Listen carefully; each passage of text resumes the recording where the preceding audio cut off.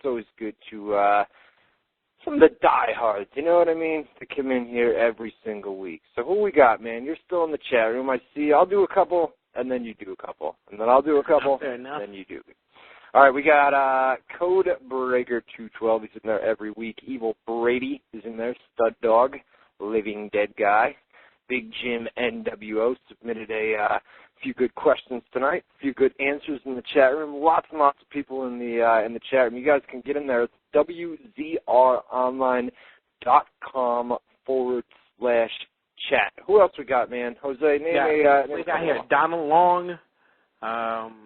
Let's see here. I'll run them down from the side there, man. It doesn't, I mean... I forgot about the side panel there.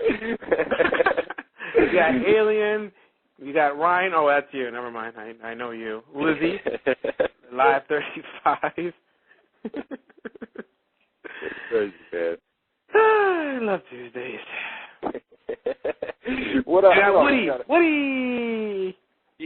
Cecilia R. Codebreaker, I already mentioned him. Y2J62, Derek O. See, I know all the diehards because I've been here for a long time, man. Joe Panetta 06, Kennedy 16, Legend Killer Lizzie is in there. Live 35 is in there every week. Outlaws Ryan Smith, 6 Foot Goods is in there. Super KO is in there. He's in there every week. TDA Havoc, the One Man Dynasty.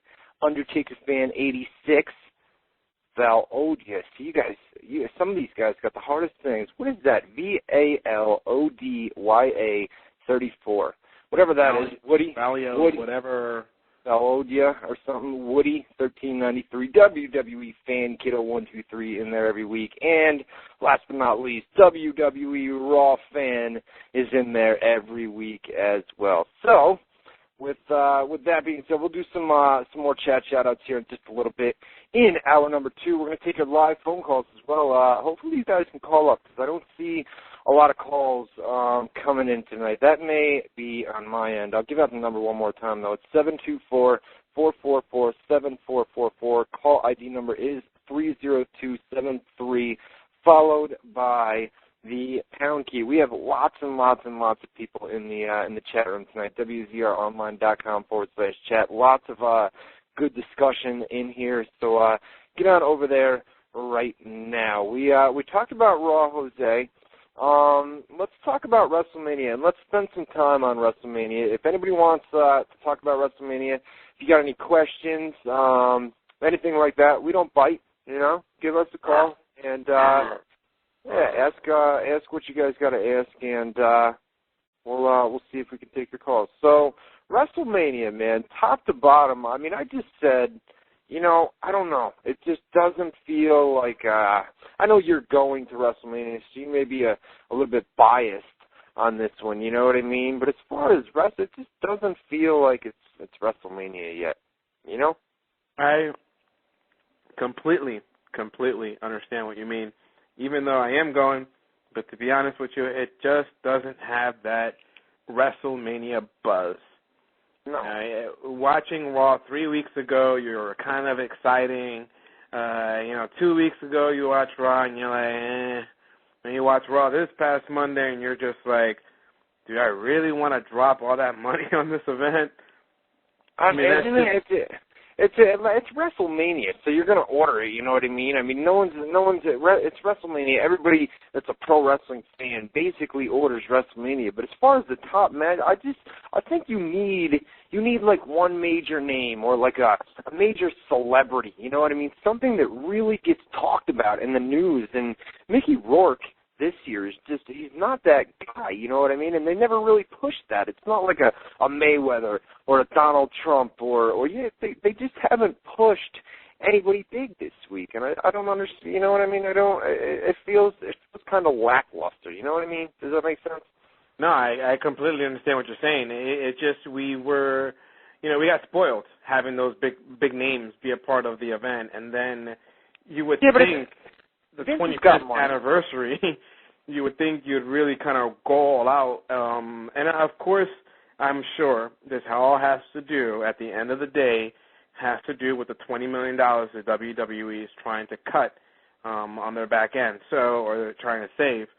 So I'm sure the economy has something to do with the fact that we are not seeing a big-time celebrity at this event. Yeah, but you're going to go out and pay Floyd Mayweather $20 million last year. I know the $30 million figure or whatever was passed around was a little exaggerated, but it was still close to about $20 million that you paid this guy. I mean, it's not like Vince usually goes all out. You can save that stuff, whatever. If you want to cut costs, you can do that. But WrestleMania is usually the one pay-per-view where money is not an issue. They will throw up whatever they have to throw up to make WrestleMania the big show of the year. You know what I mean? And it's not like Vince couldn't have gone out and got some celebrity, whether it be Mickey Rourke or somebody else. Somebody would have been willing to do it that would have got a lot more press than what you have right now. You know what I mean? No, I completely understand. But again, once you look at all the happenings, January, February, December, last quarters, and now we're looking at it as a business perspective, and you're saying to yourself, you see how those pay-per-view numbers are soft. Granted, people do order WrestleMania. Yes, they do. But the reality is you're going to see less buys this year than last year, not because they don't have a big-name celebrity, but that's just how the trend is coming along right now for them. And if that trend continues, then they're going to try to cut as much as they can. So if they're saying, why are we going to spend, I don't know if Floyd got paid $20 million. I think Donald Trump only got paid $5 million, and all that money went to charity. So regardless, if you're paying $15 to $20 million for a celebrity, you're just pretty much paid your entire gate. That's to someone.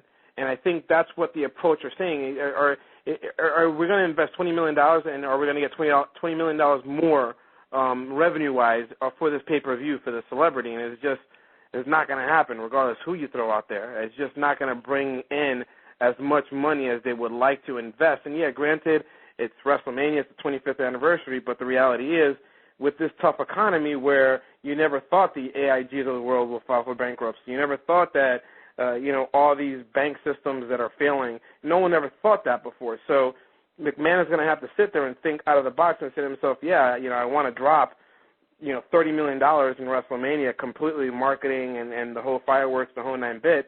But the reality is they may, they have to cut down $5 million off of that budget. And so that $5 million is let's say, a celebrity. Yeah, no, I'll keep going. I'm trying to get back into the chat room because I'm trying to take live phone calls, but I got lost, man. I got completely lost, man. I was wondering, I didn't get cut off. Wait a minute, what's going on here? Am I on the air? Hello. No, I'm still here. I'm trying to be able to take live phone calls. I think I got it now. Callie, you're live on WZR Radio. What's going on, man? Yeah, a couple of questions, kind of TNA, even though I'm a WWE mark per se. First off, much of the Big Show, even though Vicky isn't all that, you're getting paid a whole bunch of money from Vince. You are married, because remember with the Floyd Mayweather segment, when he said his wife was like 5'10", 5'11", she's taller than Mayweather, and you kissing on some other girl. I'm like, that's living the life, I think. But the thing is, the Destination X pay-per-view, I seen it myself. I didn't really like it. I didn't hear the beginning of the show. You might have talked about it already. Oh, that pay-per-view was absolutely horrible. I mean the ODB segment. I mean no one should. I mean, if it wasn't for Jeremy Borash, I said earlier in the show. Jeremy Borash did a great job as playing the role of game show host and kind of saving that segment. But that was, I mean, to have to pay what's the TNA pay-per-view, $29. Yeah, about $30. I mean, it is. I mean. That would have been considered a terrible Impact segment. To have to watch it on pay-per-view. Yeah. The only match that really delivered, I expected a Foley or a Jarrett heel turn. They did something last night at the Impact team. It's kind of held it off. But, it's just I expected that on the pay-per-view. That didn't happen. Ultimate X tore the house down. Yeah, it did. Unbelievable. That was a real good match. All of them did a real good job. I love that. Yeah, but other than that, I mean, the pay-per-view as a whole was terrible. Yeah, and the two questions about that. One question is, I remember in the original ECW, damn near every pay-per-view they put on was, to me, I loved every single one, especially the one where Jerry the King Lawler made the entrance wearing the King suit, the King hat. Since this is the big-time ECW, huh? And he's beating everybody up with RVD and Sabu. I mean, I was cheering till I could, couldn't talk. I was, so loud because every pay-per-view they put on was unbelievable. And the question one is, if you want to be, let's say, because you got good talent, AJ Styles, etc. If you want to be a threat, don't you have to put on damn near almost good pay-per-views every single month you put on a pay-per-view? Because then I'm pretty sure if you do, Vince might, you know what I'm saying, whoa, wait a minute, they're putting on pretty good pay-per-views and might say something if you put on almost every single one you put on. I think it should be, the question is, don't you think they should have a good one, you know, almost every pay-per-view, since they want to, you know, eventually be a threat to WWE? That's question one. You know, it's funny because it's what happened with TNA is their strong point was when they were doing the weekly pay-per-views. Their shows were off the hook. You're spending money, but you're enjoying the show. Yeah. And what they did is they refocused their attention to doing the free show.